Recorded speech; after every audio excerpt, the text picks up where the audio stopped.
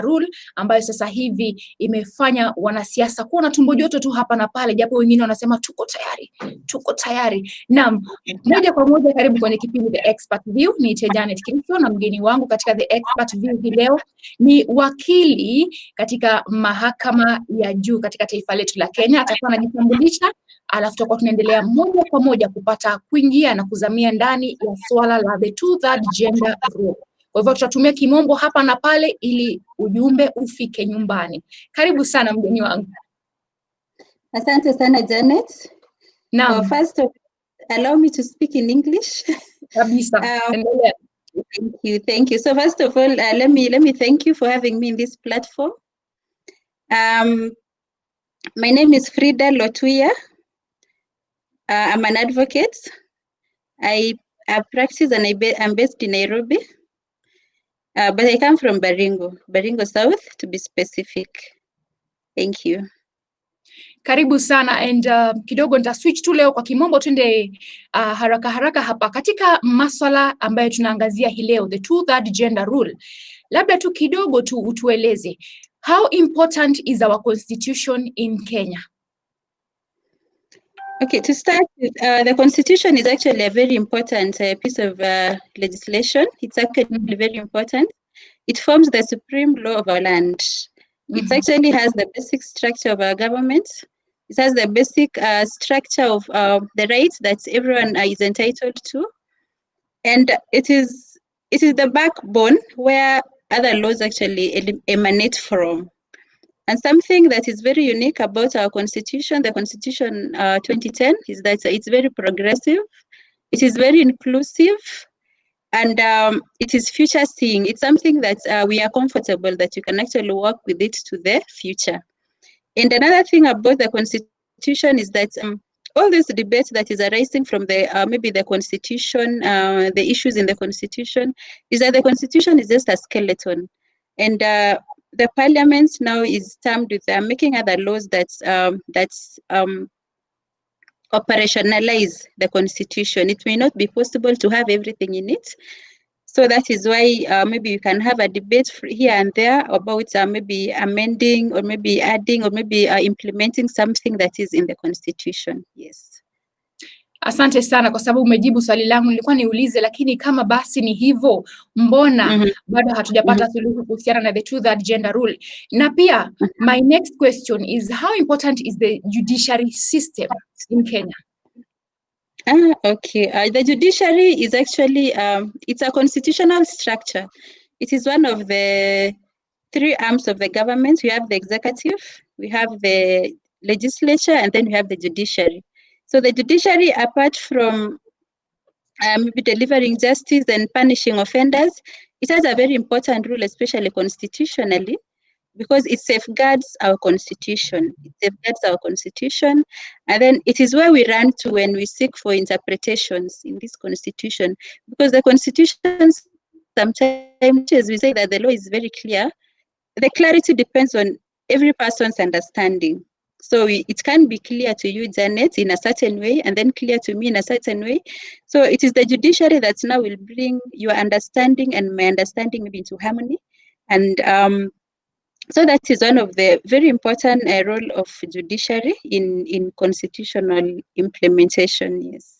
Naam, sababu nimeuliza swali hilo ni kwa sababu sasa hivi iwapo CJ Maraga atazungumza na pia kusikue na njia ambayo labda kuna kukubaliana na yeye, kuna kutokubaliana na yeye hapa na pale. Asante sana. Now that forms the basis of what you are going to be discussing today, the constitution and the judiciary. Na pia katika masuala ambayo tunazungumzia hii leo ni kuhusiana na bunge. Lotuiya, tuongoze katika kupata kujua idadi kamili ya wabunge inatakikana kuwa ngapi, kutokana na wale ambao wanakuwa wanachaguliwa, wale ambao pia wanateuliwa. Yes. So our parliament is composed of two houses. The second house was brought about by the Constitution 2010 because of the counties, and that is the Senate. And the Senate, it came on board so that it can look into the issues of the county government, kuangalia masilahi ya county government. That is actually the function of the Senate, mostly in parliament. And the constitution now, that is where it is very clear on the number of people that are supposed to be elected, nominated in both houses.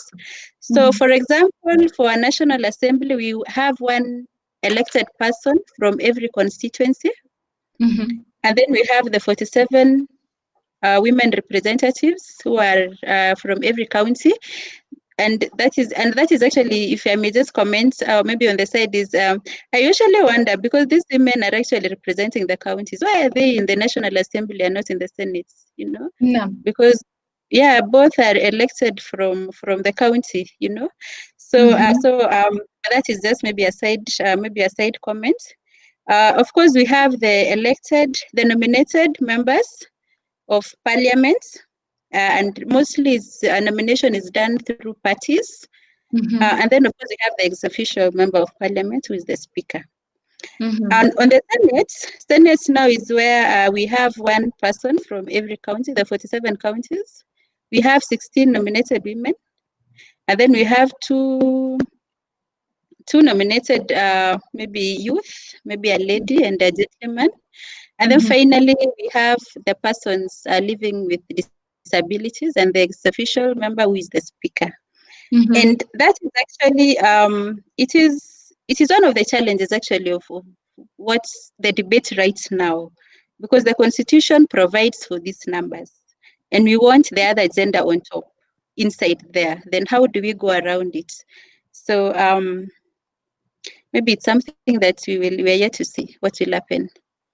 Naam, katika idadi ya wale ambao wanateuliwa, yani the nominated members, mostly tunaona kwamba ni kina dada.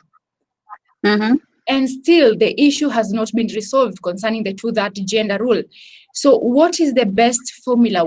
Because kila mtu anatoa hapa tufanye hivi, hapa kwingine tufanye hivi. Njia mwafaka ambayo tunapaswa kufuatilia ni kama gani? Kama wakili unaweza fikiria kama gani?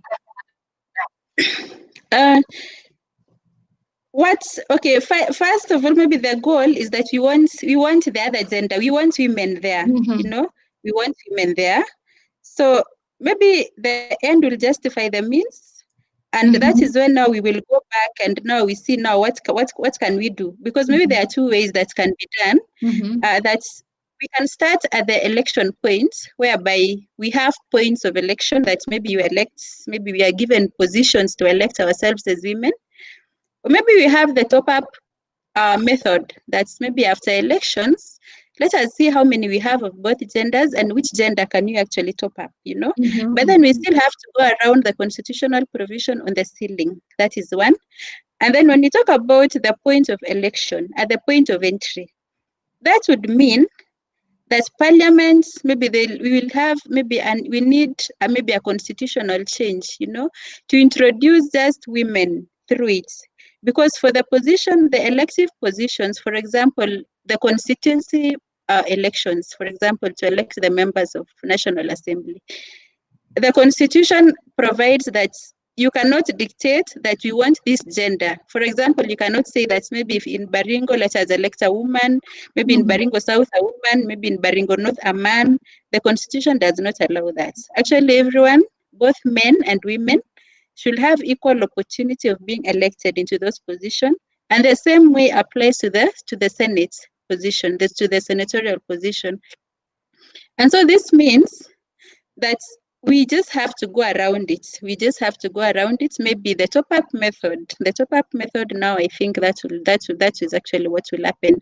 And actually, another thing that maybe we have to consider is that the Constitution provides that the state does not have to actually pass a legislation.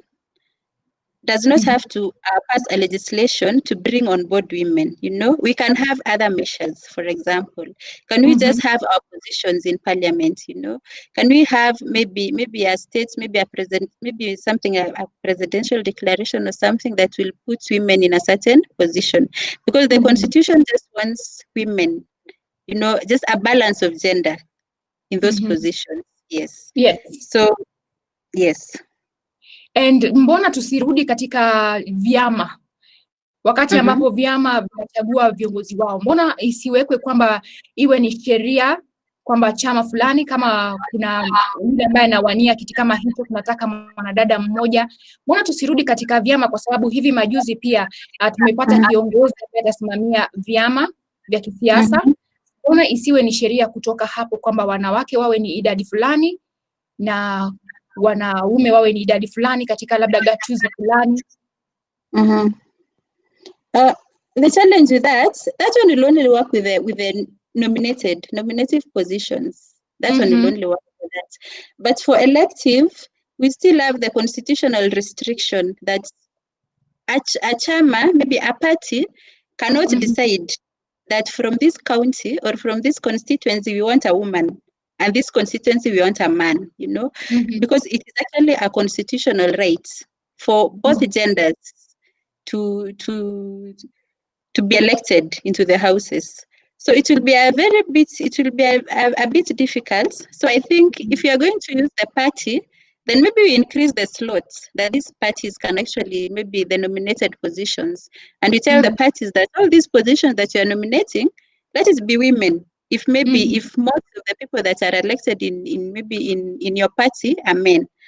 But then this also will bring another challenge, Janet, because you know some parties maybe have elected women. Maybe you can have maybe in a certain party they have women, you know. So telling them again to bring the other gender, it means they'll bring the men on board, you know. So I think it's actually a very difficult question, but I believe with the spirit of the constitution we'll actually arrive at the right answer. Yes. Naam, kumekuwepo hapo awali na hatua ya viongozi kama vile rais kusema kwamba anaunda jopo fulani ili kuzungumzia swala fulani, jopo fulani kuzungumzia swala fulani, na kwa njia moja ama nyingine imemsaidia rais kujitoa katika hali ya kusema anatia sahihi ama atii sahihi. Kuna uwezekano kwamba wakati huu rais atasema pia hivyo kwamba ameunda jopo? That will be a bit difficult also. Because without that legislation, actually the parliament is tasked with coming up with that legislation on the 2/3 gender rule, you know, and regardless of the number of task force that will be formed, you know, if the parliament does not get down to passing that legislation, then we will still go back to the constitution. We'll still go back to the petitioning the chief justice to advise the president to dissolve the parliament, because it's actually a constitutional provision. A task force cannot do it, you know. Maybe if the president wants to form a task force, maybe just to advise him on how to improve the livelihoods of women, but not on the constitutional provision on the 2/3 gender rule. No. Because that is a parliamentary duty and they are failing on that duty. Naam, watafanyaje ili sasa ili kuweza kujiokoa? There's only one way about it. Let them pass the legislation. Let them pass the legislation, because it's actually a loop. It is a loop. That's, you go home, let the rest come in. If 5 years lapses before they pass that legislation, they also go home and let another batch come in, you know. So it is a loop of dissolutions, and you will have a loop of dissolutions until they pass those rules. And then another thing that maybe we need to note is that the dissolution of parliament, the impending dissolution of parliament that has been suspended by the high courts, that is not restricted to the 2/3 gender rule. In the 5 schedule, there are so many other expectations of parliament. You know, there are so many other legislation that parliament is supposed to pass. And the only way of forcing parliament to pass those rules is actually dissolution. So even as we speak right now, the 2/3 gender rule, if there is any other legislation that is pending that parliament is supposed to pass so that they can operationalize the constitution, a dissolution process can be started even when you're talking about this one. So I think the best way, maybe for stability and maybe even to look forward and to prevent the formation of maybe some precedents, is just for them to pass that law. Yeah, just to pass the law. Because, and another thing that maybe we have to consider is that that law, the implementation of the constitution is actually very progressive, because we have a very inclusive constitution. However, on the issue of the two-thirds gender rule, it cannot be progressive so much because you already have everything. That it just requires two-thirds of any particular gender in any position, in some of the positions. And we already have both genders. It does not require more money to put women in those positions. It does not require maybe more structures, It is just coming up with a formula, So I think it's something that they should just do and just get away with it.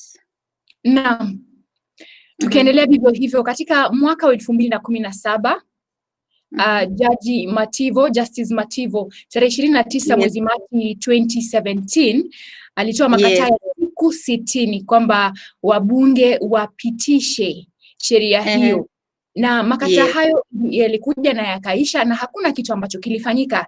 Je, hii itakuwa pia ni mara nyingine ambayo tunaona mambo tu yakisema tu na hayafanyiki?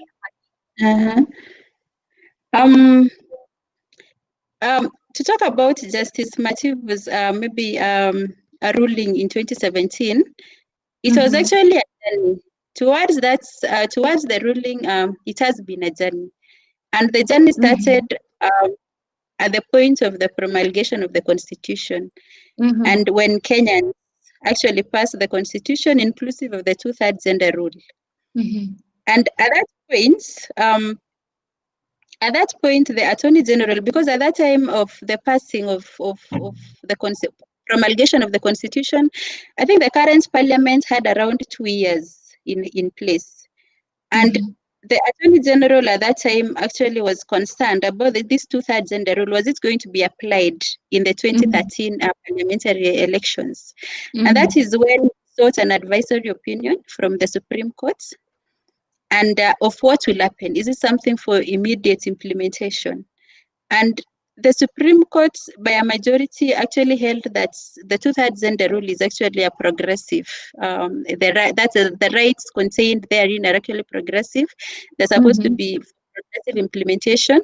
And the Parliament was given until 2015 to pass that legislation. And then, of course, there was change of Parliament. There was change of maybe the houses from that now to the 11th Parliament. And at 2015, it was not passed. It had not been passed. So the High Court was petitioned. Actually, they petitioned the High Court to compel the Attorney General to prepare the bills for tabling in Parliament, which were actually prepared. Yes. Now, what are the... Okay, and after tabling the bills, and they were required actually to pass them, I think within 60 days, they did not. And that is why somebody now petitioned again to the High Court, and that's where Justice Mativo's maybe ruling came in to force them to comply. And I think that time it was almost elections. It was I think it was May, and elections were in August. So they appealed to the Court of Appeal, and of course, that house went home and another house came in. And so I think in 2019, now that is when the appeal was actually dismissed. And other people now petitioned the Chief Justice to advise the President now, because now the Parliament have refused, So I think I don't know. I think one of the problem that we have is I think we are not getting the right information. Because if the houses have actually been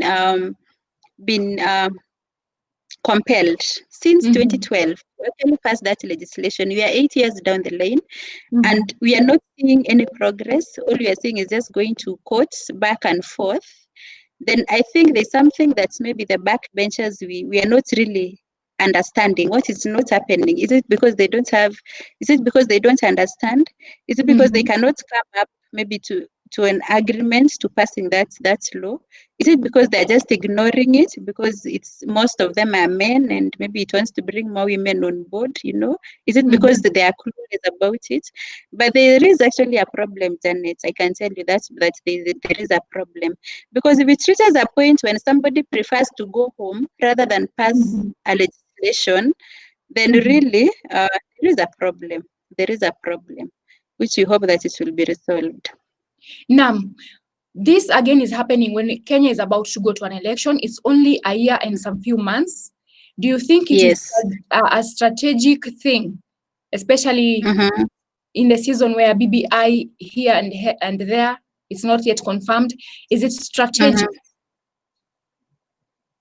Probably, you can say it is strategic. You can say it is strategic, but then it will be to the detriment of women, of us women. And if it is strategic, then there is a problem somewhere that actually gives these people the opportunity to take advantage, to be strategic about it, because you cannot be strategic without an opportunity. And which opportunity is that they actually received and they want to use it, and actually extend.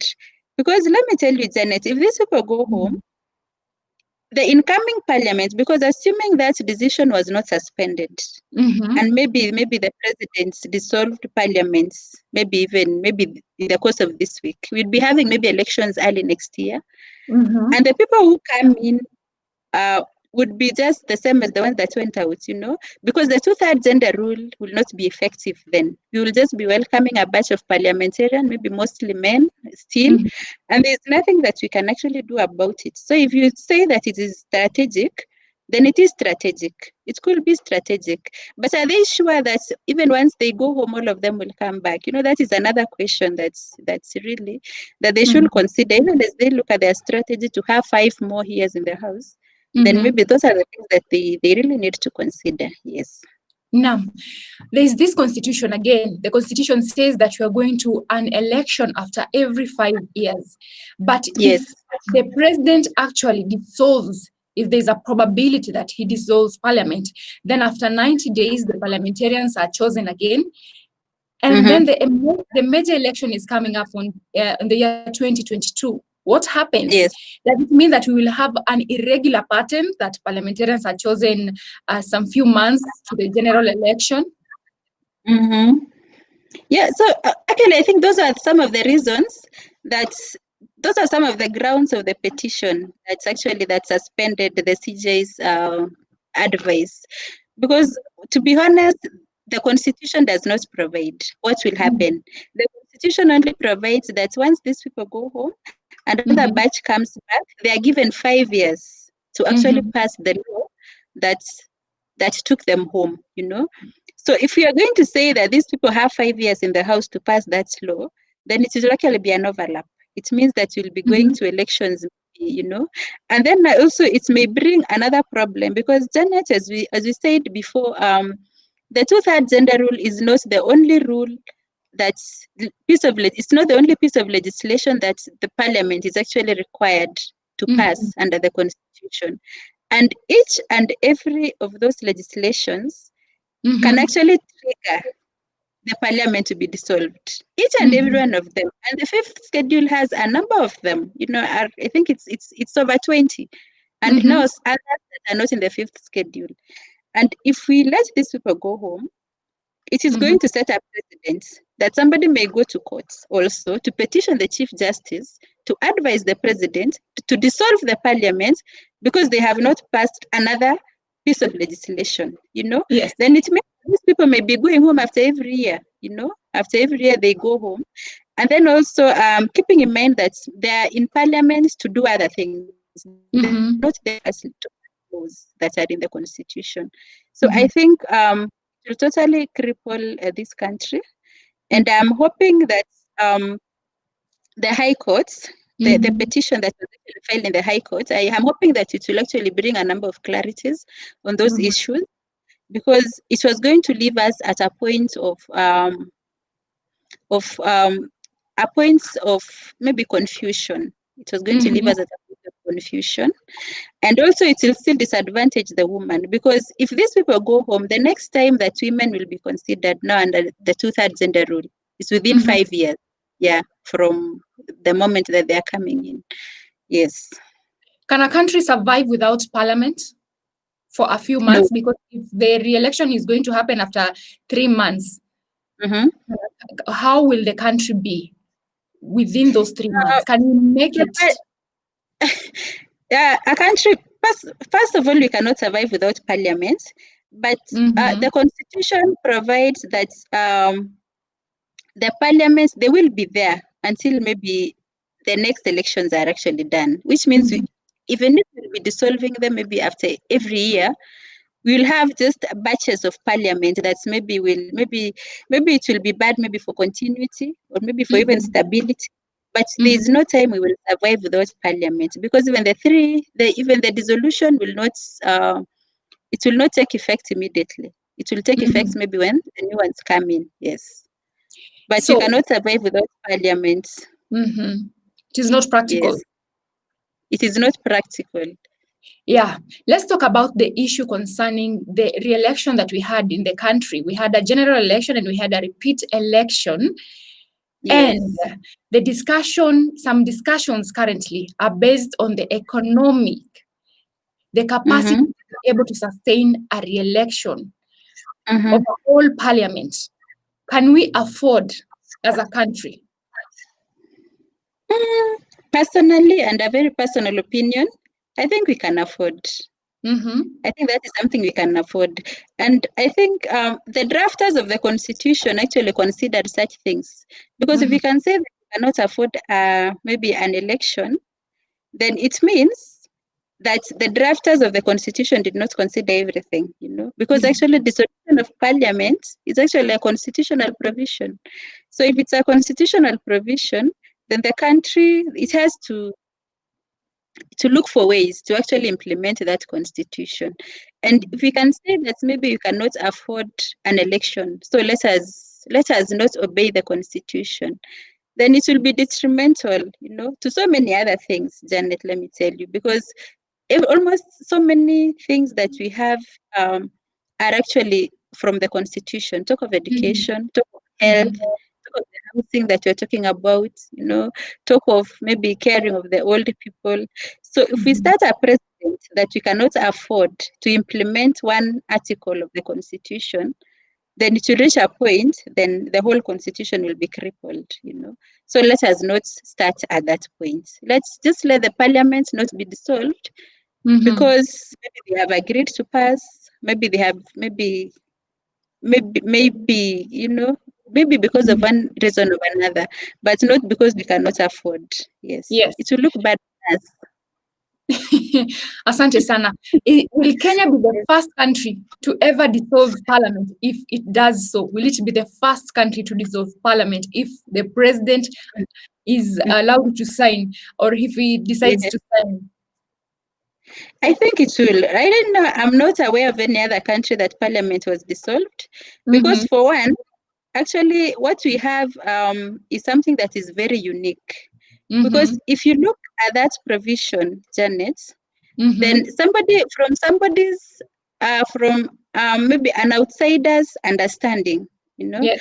And if the president was actually going to dissolve parliament because of that advice, then we would construe the advice to be an order, we'd actually construe the advice to be an order. And you may not find countries whereby the Chief Justice can actually order the president to do something, and the president actually does so, So it's actually a very unique position. It's actually a very unique position, which I think maybe it's even it's drawing a lot of interests. That can the Chief Justice really order the president to dissolve? And so in most instances, we have not had very many instances whereby somebody else orders the president to do something, to dissolve parliament. And so maybe the parliamentarians actually normally foresee maybe a situation whereby they can be dissolved, and maybe they try to solve it before it reaches such a point. But then this one became a little bit hard, because it's a one-man it was a one-man show. It's in the constitution. And so I think Kenya will actually take the cap for that if it happens. Yes. Do you consider Maraga's suggestion to dissolve parliament to the president as an order? It depends, Janet. It depends. Actually, it depends.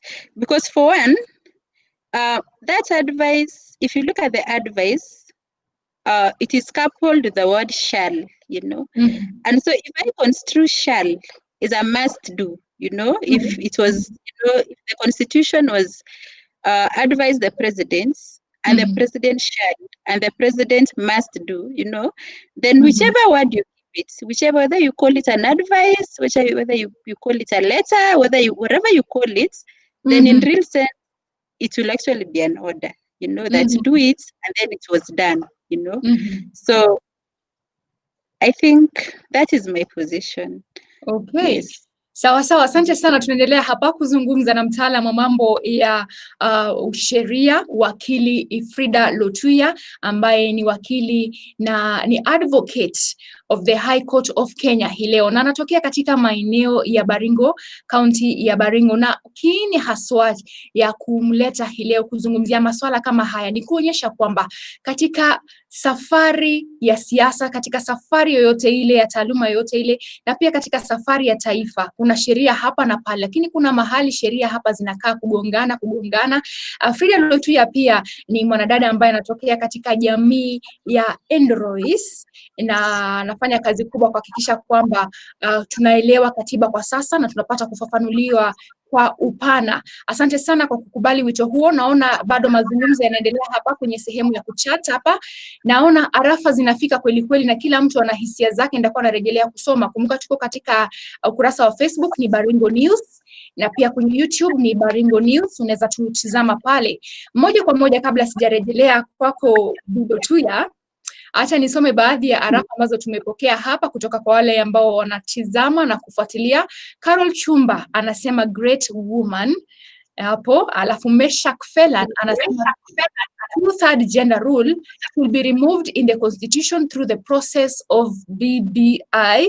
Sawa sawa, ni Building Bridges Initiative. Tutakuwa tunarejelea kuangalia pia hapo kama inagusiana na haya. Bernard Kiptun anasema let the woman convince to us to vote them. They can get more than 1/3. Okay. Aya, tunaendelea hapa na kuona Meshak Kipkoech Cheruiyot anasema gender rule is untenable. Let us remove it in the constitution through the process of BBI. Richard Yalaita Odemeyon anasema now that women want that gender rule to be implemented in all public service jobs, will they also accept to pay dowry for their husbands in the same spirit of giving and take? Anasema hashtag injustice for the boy child. Basil Mutelia anasema watching live from Ongata Mara, finest well represented. Asante sana kwa wale ambao tunaendelea kufuatilia hapa, endelea kutoa hisia zenu, tutafuatilia. Bi Fridah, hisia hizi zinakuja tu kwa njia zote. Yaani wanadada, iwapo tunataka kupata nafasi hizo lazima convince watu kwamba ni hivi. Bi Lotuiya, labda utupeleke kupata kutufafanulia mengi kuhusiana na jinsi ambavyo BBI, kwa sababu Wakenya wengi wameingiza BBI katika masuala haya ya third gender rule. Je, kuna uhusiano wowote? There is no connection between BBI and the two-third gender rule. Only unless if BBI will lead to constitutional change, then maybe at that point, that is when now we'll be asking ourselves, what is the fate of maybe some articles like the two-third gender rule, But as it is right now, the two-third gender rule is something that we as Kenyans, we actually spoke it through our constitution in 2010, It was we the people, we wanted at least a third of the positions to be elective and appointive to be women, and that is the voice that actually still stands, and if this BBI will come and it will seek to change our constitution, I believe it will be in bad faith if the two-third gender rule actually will be altered in the new constitution. Though I don't support BBI myself, I believe that our constitution is still very young and that we should give it a chance, to be fully implemented, And I think we should also give Kenyans a chance to reap from what they actually decided. Because why change a constitution that has not even been fully implemented, Why change this constitution when we as women are yet to even get our positions? That is the question that we should just ask ourselves. Because even we as women, we have to look at our welfare. Because if we are going to change the constitution maybe in 2020, we are talking about 10 years since the promulgation, before we get what was actually what you were given in the constitution, and then we are talking about changing, then you are giving the new constitution, that is if they will change, then you are giving the new constitution at least 10 years, you know, for the benefits, for everything, even for women to reap, you know. So I think we will be changing ourselves, and I think we are very near to reaping our benefits as women. We are very near that. If we accept change, then we'll actually be shortchanging ourselves, and we'll be lying to ourselves, because if BBI will lead to constitutional change, immediately the constitution is changed, it means that there are more urgent matters to be dealt with, the way it was maybe in post 2010, you know, such that now after 10 years, that is when now maybe women matters are now, you know, are now starting to be discussed. So if we change the constitution through BBI, it means that maybe in the next, maybe another 10 years before we can discuss our issues. So first of all, so to answer your question, there is no connection between BBI and the two-third gender rule, unless the BBI will lead maybe to alteration of the constitution. And also, I'm thinking that women, we should just push that we realize this right now. Let us shelf BBI. Maybe that is my opinion. That is my opinion. Yeah. Turejelee katika swala la kampeni wakati ambapo kunakuwa na referendum. Unakuta kwamba Wakenya viongozi wetu wanaguzia tu maswala tata tu, maswala chache. Je, kunahitajika kuwe na muda, iwekwe muda kabla ya kufanya referendum, kwamba Wakenya wasome katiba na waelewe, kwa sababu katiba hii ni sisi Wakenya tulipitisha, na sasa hivi kipengele ya kuweza kuweka two-third gender rule ndio inatufanya hapa tusiendelee. Kwa hivyo kuna njia gani tunaweza kufanya ili wakati ambapo tunataka tubadilishe katiba, kila Mkenya anahakikishiwa kwamba ashaisoma, ashaielewa, kwa sababu sasa hivi wanaume wanalaumu wanawake, wanasema jameni, vipi, piganieni hii kiti ama mutoe, na ni wao pia walikubali kwamba kina dada sawa, tutawapatia nafasi ya two-third gender. Yes.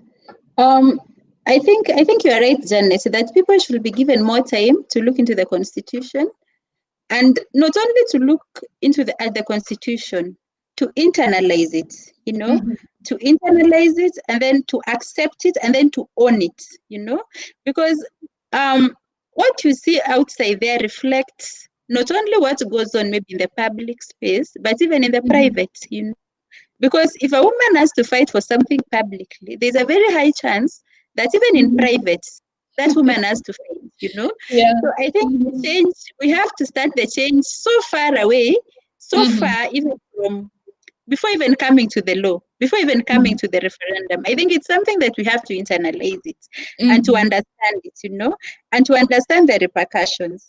And for people now, for us, to defend ourselves, you know, and not to allow ourselves to be used as playthings, you know, not to allow ourselves to be used as maybe as cards when people are doing politics. And that is, I'm just talking about the citizens, all both men and women, that we should take our responsibility very seriously, and we know the kind of people who are going to lead us, because sometimes politics in this country sometimes it just comes in like a wave. It comes in like a wave, that because everyone is saying no, then everyone is saying no. And because it is yes from, you know, but people hardly take time to understand. And let me tell you something, Janet. Politics and leadership is connected to development, you know. If you get wrong at the point of election, for example, you get it wrong throughout. You get it wrong for 5 years. If you get it wrong at the point of referendum, for example, assuming we change this constitution, we get it wrong maybe for the remaining parts of our lives, because we are going to have a document that will be, you know, taken from head to side, that is not understood, that we cannot implement it maybe to our benefits, you know. So I think it is time that we have a proper discussions as Kenyans, you know, on the values that actually we want, you know, because sometimes you can find men and without prejudice, and you can find men, and I'm saying this in very good faith, you know, somebody saying that go fight for it, and that person has a wife, that person is educating their child, their daughter, they are taking their daughter to a private school, to give them a better education. That person has sisters. And so before you look at another woman, have you looked have you looked around you, to see the women that need opportunity actually from you? So I think it's a discussion it's a very genuine discussion that we should have. It's a very genuine discussion that we should have. And it's a discussion that should be understood that giving something to a woman is not denying something to a man, A woman can benefit and the man can benefit also equally, and all of us will benefit in the long run. There's enough for every one of us. So I think it's a discussion that actually we should take it maybe back to our circles, and we should internalize it and treat each other better. Yes. Naam. Hapa awali tumeona pia kwamba kina dada wamekuwa wakijitokeza kuweza kung'ang'ania nafasi za viti, na katika harakati za kung'ang'ania, inamaanisha kwamba kina dada hawa wamekuwa ni wachache, ama ni nini ambacho kimewaogofya kina dada? They keep away, hawataki tena kufuatilia masuala ya siasa. Ni nini ambacho kinafanya kina dada kuogopa na kutojitokeza? There are a number of issues. First of all, it can be social, it can be cultural, it can be economic also. And when we talk about social, we talk about how the girl child actually has been brought up. Even when you talk about social and cultural, how this girl child has been brought up. And mostly we bring up our girls to be people who are very, I can't get the right word to use it, but we bring them up in a way that they stand back. A girl who is very talkative, who demands, they are not really very, we consider them too we consider them very forceful. Yeah, we bring up the girl child to be very submissive, and that is one of them. And then another factor is that as women, even our biological clocks are actually in total conflict with our career progression and everything. And sometimes we find that now the biology has overtaken maybe our career aspirations, maybe our biology, maybe it has taken over maybe even our political aspirations, because by the time you want to run for politics, maybe there's a baby crying, maybe there's one on the way, and you don't know how you are going to fight with these men on that state and everything. And then you talk about the economical bit, it all still goes back to cultural, because women, ownership of property ownership, mostly it is actually the man, woman buys a car, and that car is for that house, for the man and the woman and everyone else. They buy a plot and the man's name. And so by the time this woman actually wants to go to politics, and because politics requires money, they have to go to the man, first of all, and get permission to run. That is one of them, which is good. I'm not saying women should just run without permission, maybe without consultation. And then secondly, they now have to request for these resources, because everything is in the name of this man, and in the end, it becomes very challenging. It actually becomes very challenging.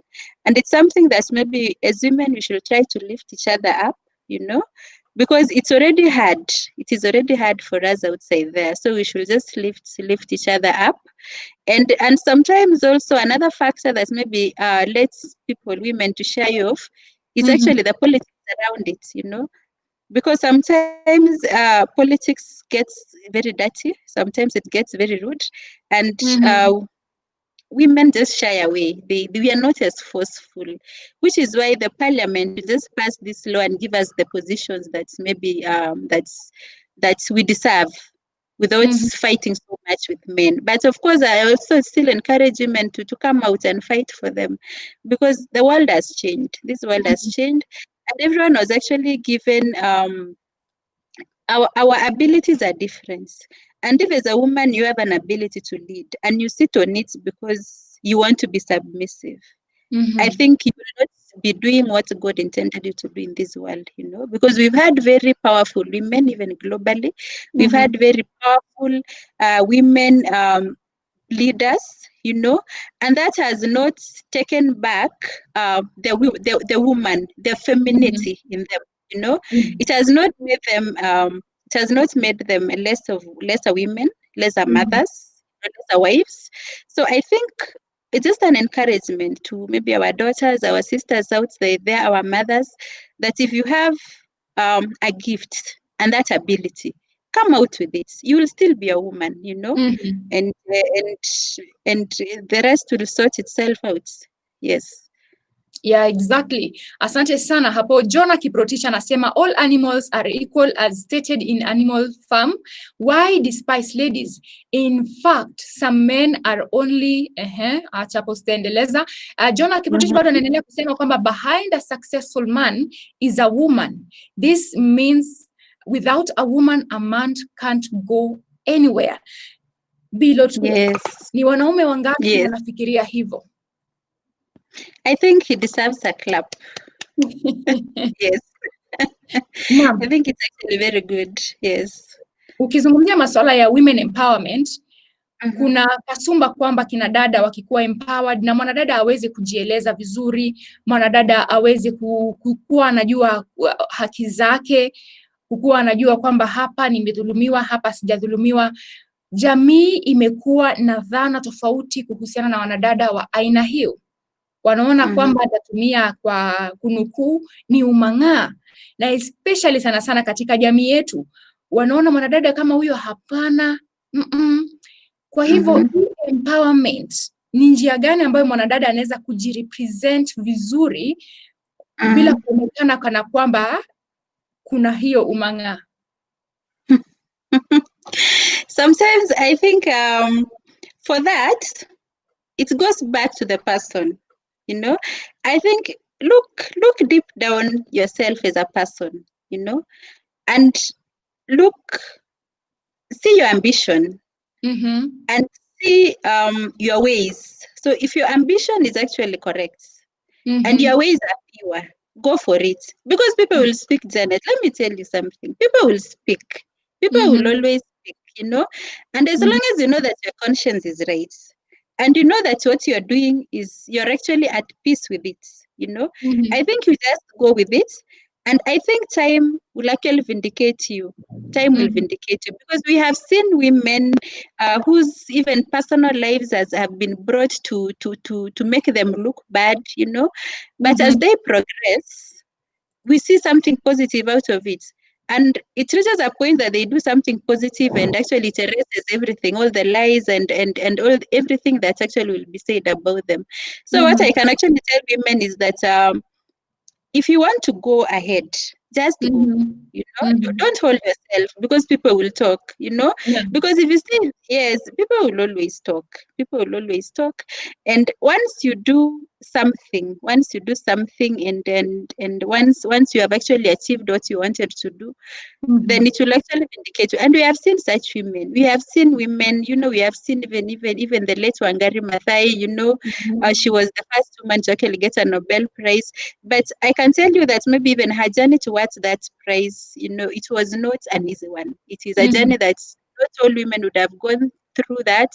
You know, it was a journey that people actually thought that she had actually lost it all, you know. But actually in the end, I believe that even wherever she's lying, she knows that she did what actually she came to this world to do. So actually my encouragement to women is, let us just go. No, let us go and let us not step on other women. That is something else that really I want to encourage women, that we just hold each other up, you know, so that Janet, if your candle is lighting, it will not prevent mine from lighting. Actually, in fact, if yours is lighting, if I get a problem with mine, I can be able to light it with yours. So I think that is something that we should actually do it, and we hold each other up, and we move forward. Yes. Naam, asante sana. Hapa Mathias Kogei anasema why women cannot elect their own gender could have been realized. Na Lotuiya, usisahau kwamba katika taifa la Kenya idadi ya wanawake ni kubwa zaidi kuliko ya wanaume. Yes, true. And I think it goes back to our social cultural beliefs, where we come from, you know. It goes back to our social cultural beliefs. But also, Janet, I would do not tell women to elect a woman because she's a woman. you know. No. Elect a woman because you can see leadership in her, you know, because there are so many other positions, Janet. You know, all of us cannot go to parliament, for example, but we can serve in other capabilities that we are able. So if you find a woman who can actually go to parliament, take them to parliament, you know. But I think one of the reasons maybe that women, I don't know where he got his conclusion, but it goes back maybe to the social cultural issues that maybe women see men as actually leaders. Maybe in the home, maybe in church, most pastors are men, maybe, you know. So probably that is what we women see, which we are hoping that maybe we will change. But of course, the basic and to be very objective, let us elect people because they can lead. Let us not elect people because of the gender, because it may not take as well also. It may embarrass us if you don't elect somebody who will uplift us. Yes. Thank you so much. Tukiongelea swala hilo la kusema kina dada tusaidiane na pia kukiwatia moyo kina dada wengine kwamba mambo yatasemwa hapa na pale. Mambo yatasemwa iwapo sana sana kama wewe ni mwanadada ambaye labda kidogo haujaingia katika jamii, mambo mengi yatasemwa. Bi Lotuiya, tueleze safari yako kwa sababu kuna wakati ambapo ulijaribu pia wewe kupata nafasi. Ni changamoto ipi ulipitia hapo kwa sababu aliyechukua nafasi yako si mwanadada? Labda ni changamoto gani ambayo ulipitia wakati huo?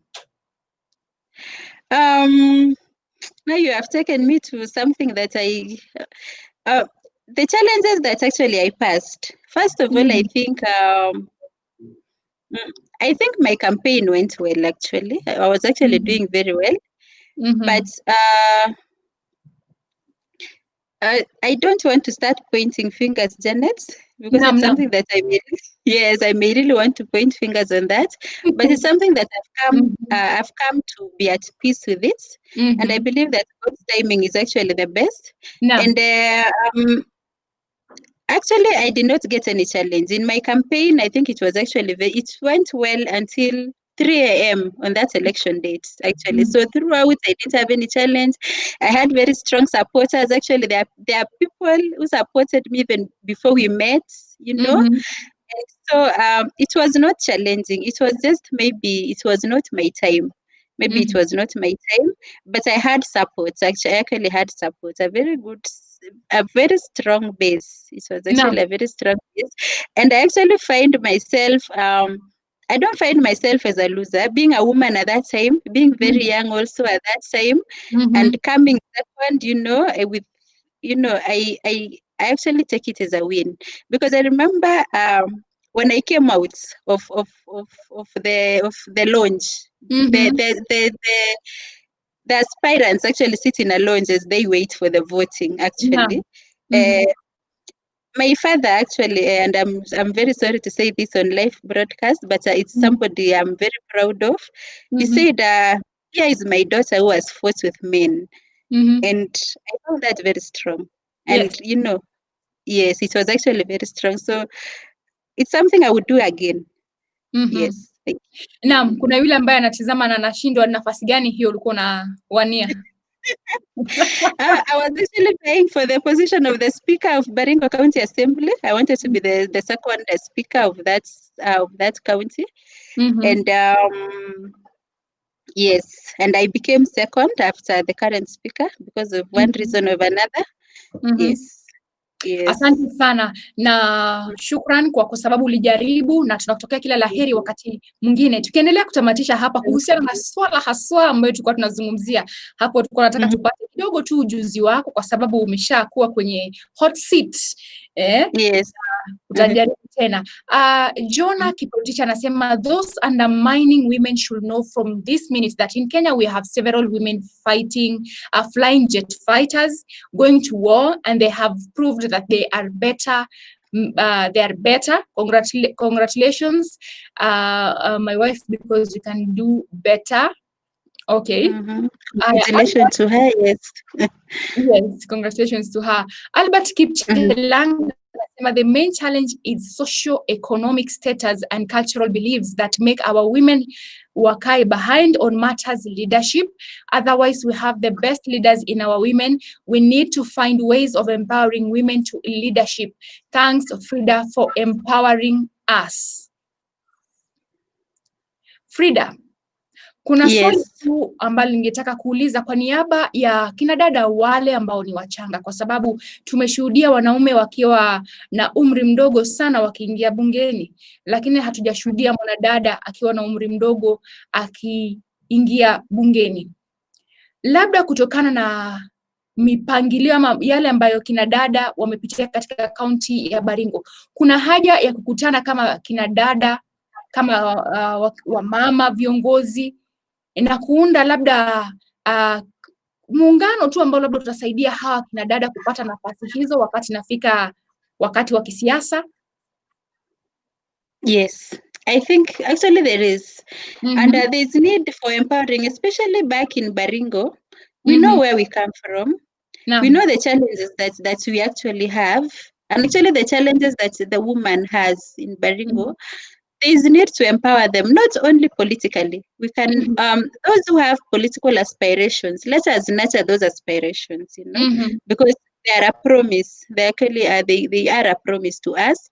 But even those who don't have political aspirations, Janet, there's need to improve their livelihoods. There's need to make them, you know, to make their lives easier, you know. And one of the ways of making the life of the woman easier is actually through electing the right people, you know, because the moment you elect the right person, that person is going to going to bring water near to this woman, and this woman will not spend 2 or 3 hours to go to the river, you know. Once you elect the right person, the right person is going to maybe do something about food security, because you find that back home in Baringo, it's actually our mothers, it's actually our women, you know, who actually carry the major burden. I'm not saying men don't carry burden, but most of the burden is actually on the woman, you know, especially even for children to eat, even for so many other things. So there's actually need to empower the woman, those women. And another thing is just to empower these women to find their calling, you know. It is not enough to empower them, to give them food, maybe to give them maybe water. It's, you have to give them, let them find their calling, you know. And once they find their calling, then they are going to play their role. They are going to play they are going to play their role in whichever spheres that they are. Yes. So I think there's need for us to come together as women, to lift each other up, and to help us find where are we truly called in. Yes. So I think that would be very good. Yes. Asante sana kwa muda wako na shukrani sana kwa kutufafanulia katiba hii ya sasa kuhusiana na swala hili la 2/3 gender rule, na natumai yule ambaye umetizama, Fridah ametueleza yale ambayo tumetaka kujua majibu. Kwa hivyo maswala mengi kuhusiana na maswala ibuka kama vile ya katiba kwa sasa tutakuwa tunafuatilia, na Bi Fridah, yatakapotokea mabadiliko hapa na pale tutakuita pia ili uweze kutueleza hapo sasa tunaenda vipi kama jamii. Na ni vizuri tena sana kwa sasa hivi tutaepukana sana na mambo ya kuzungumza, mambo ya propaganda hapa na pale, kwa sababu sasa Baringo News ambayo itakuwa inahakikisha kwamba inakuletea mtaalam kama Fridah kuweza kung'amua mengi. Shukrani sana kwa muda wako. Tunapatikana pia kwenye YouTube kama Baringo News, na tunapatikana kwenye ukurasa wa Facebook kama Baringo News. Pamoja na hayo pia, una maswali labda ungependa kumfuatizia Bi Fridah, unaweza endelea kuweka kwenye comments section. Na Bi Fridah, kabla hatujamaliza kwa sasa, tuambie unapopatikana, afisi zako zinapopatikana, na mambo parting shot tu kabla hatujaondoka. So as a parting shot, Janet, thank you so much for having me. I feel I have discharged one of my social responsibility to actually share the knowledge that I have. It has been a very rich discussion, and I'm hoping that we can get somebody who has actually taken something from this discussion, and that it will actually change maybe even our view, even as women, of our world as women. And currently I'm based in Nairobi. I'm a practicing advocate. I'm based at Eastern Bypass. And I think anyone who wants to get in touch with me, they can just send me a message on Facebook and I will direct them. Yes, thank you. Asante sana, shukran mtazamaji kwa kutizama pia na wewe na akina dada. Sasa hivi ni fursa yetu kuweza kujitokeza. Niite Janet Kristo, hiki kimekuwa kipindi The Expert View ndani ya Baringo News, ambapo tunalenga kuhakikisha kwamba jamii inapata ujumbe inapotakikana na inapopaswa kwa ukamilifu na utendeti. Niite Janet Kristo, hadi wakati mwingine, Mwenyezi Mungu akulinde na kubariki. Kwaheri.